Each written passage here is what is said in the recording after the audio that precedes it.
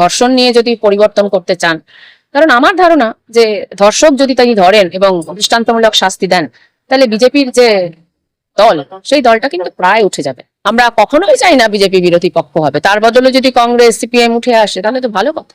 এই যে যে মানুষগুলো বিজেপিকে গতবার ভোট দিয়েছিল, তারা তৃণমূলকে দিয়েছে কিনা জানি না, কিন্তু তারা বিজেপিকে আর দেয়নি।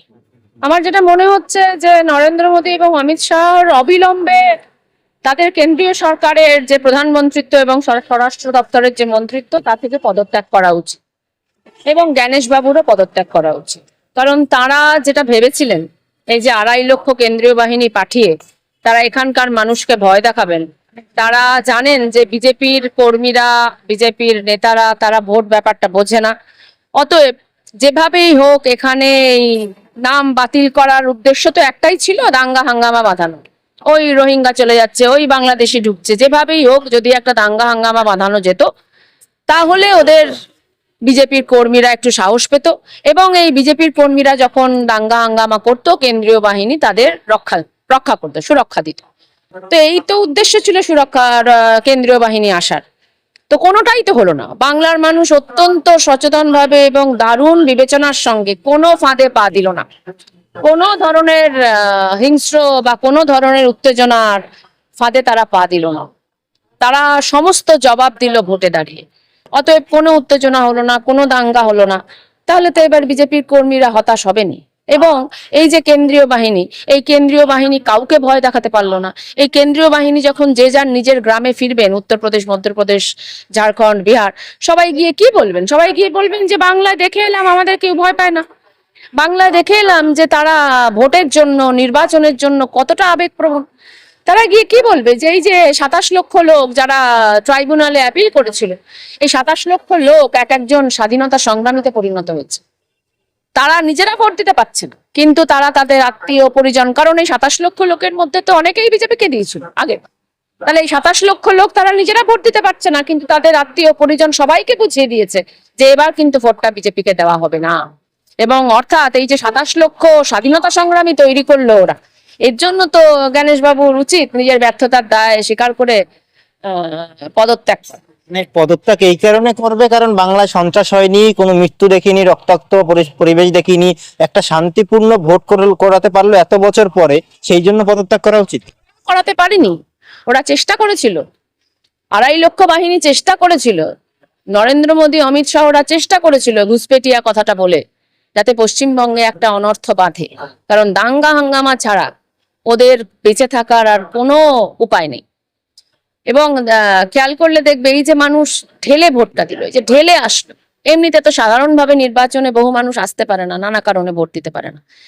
কিন্তু এই যে বিজেপি আজকে যে নির্যাতনটা চালিয়েছে, যে তুমি যদি এবার মানুষের কাছে এরকম ভাবনা যে এবার যদি ভোট না দিই, বলা যায় না পরের মানে নরেন্দ্র মোদীরা তো 29 সাল অব্দি থাকবে না, কিন্তু আগামী 6 মাস পরেই হঠাৎ বলে দিল যে যারা 26 সালে পশ্চিমবঙ্গে ভোট দেয়নি তারা ঘুষপেটিয়া, আবার তারা ডকুমেন্ট জোগাড় করো, আবার তারা লাইন দাও। ফলে তো মানুষ একেবারে ঢেলে এসছে, এবারে নির্বাচনে তাদের ভোট দিতেই হবে এবং একটাও ভোট বিজেপির দিকে পড়েনি। মানে এই যে অতিরিক্ত ভোটের হার, সেটা তৃণমূলের পক্ষে গেছে বলছেন তাহলে? বিজেপির পক্ষে তো যায়নি। এই যে মানুষগুলো বিজেপিকে গতবার ভোট দিয়েছিল, তারা তৃণমূলকে দিয়েছে কিনা জানি না, কিন্তু তারা বিজেপিকে আর দেয়নি। বামপন্থীদের নিয়ে কি বলবেন? বাম কংগ্রেস তারা, আমি বামপন্থীদের একটাই কথা বলবো যে এবারের নির্বাচনে যদি আপনারা তৃণমূল কংগ্রেসকে সমর্থন করতে পারতেন, যদি আপনারা 2-4টে সিট টোকেন দিতে পারতেন, যদি আপনারা মমতা ব্যানার্জিকে বলতে পারতেন যে আমরা এই নির্বাচনে আপনাদের সঙ্গে জোট চাই, তাহলে কিন্তু পশ্চিমবঙ্গে বিরোধী আসনটা আপনাদের জন্য ধীরে ধীরে ডেভেলপ করবে। কারণ আমরা এরকম কখনোই চাই না যে পশ্চিমবঙ্গে এই যে বিজেপি, পশ্চিমবঙ্গে বা ভারতবর্ষ বিজেপি 29 সালে যখন চলে যাবে, আমরা কি চাইবো যে বিজেপি ওখানে বিরোধী পক্ষ হোক? আমরা চাইবো যে ক্ষমতায় আছে তার বিরোধী পক্ষ অন্য কি?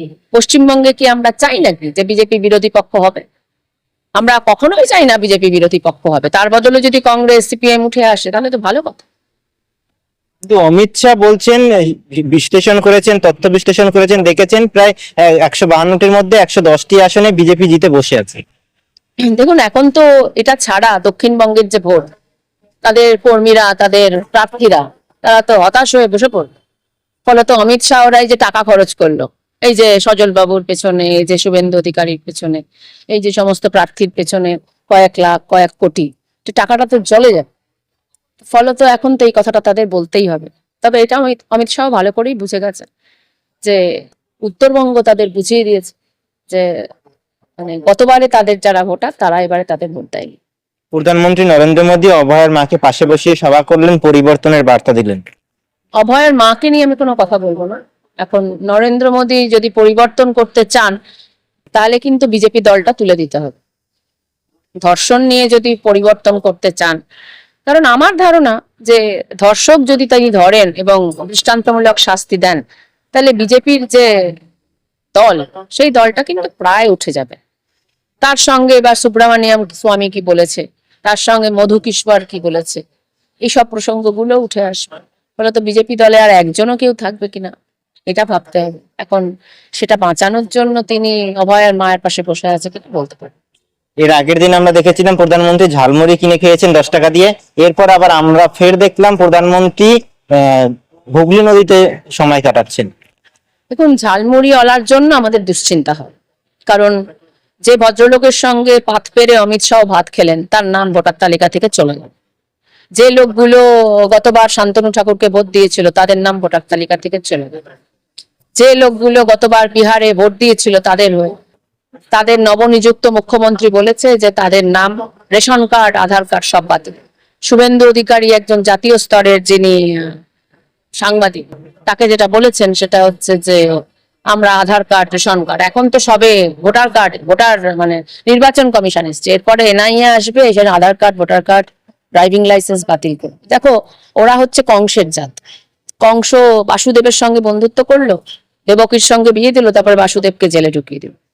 ওরা হচ্ছে পুতনার জাত, ওরা হচ্ছে জটাসুরের জাত। পাণ্ডবদের সঙ্গে বন্ধুত্ব করতে এলো, তারপরে পাণ্ডবদেরকে আসলে হত্যা করতে। ফলত ফ্যাসিস্টরা যাদের সঙ্গে বন্ধুত্ব করে আগে তাদেরকেই বিপদে ফেলে। ফলত আমার ওই ঝালমুড়িওয়ালার জন্য দুশ্চিন্তা হচ্ছে। এই যে হুগলি নদীতে উনি ফটোশুট করলেন, এখন কি করবেন? এখন আগামী দিনে তো তার প্রায় আর কোনো কাজ থাকবে না।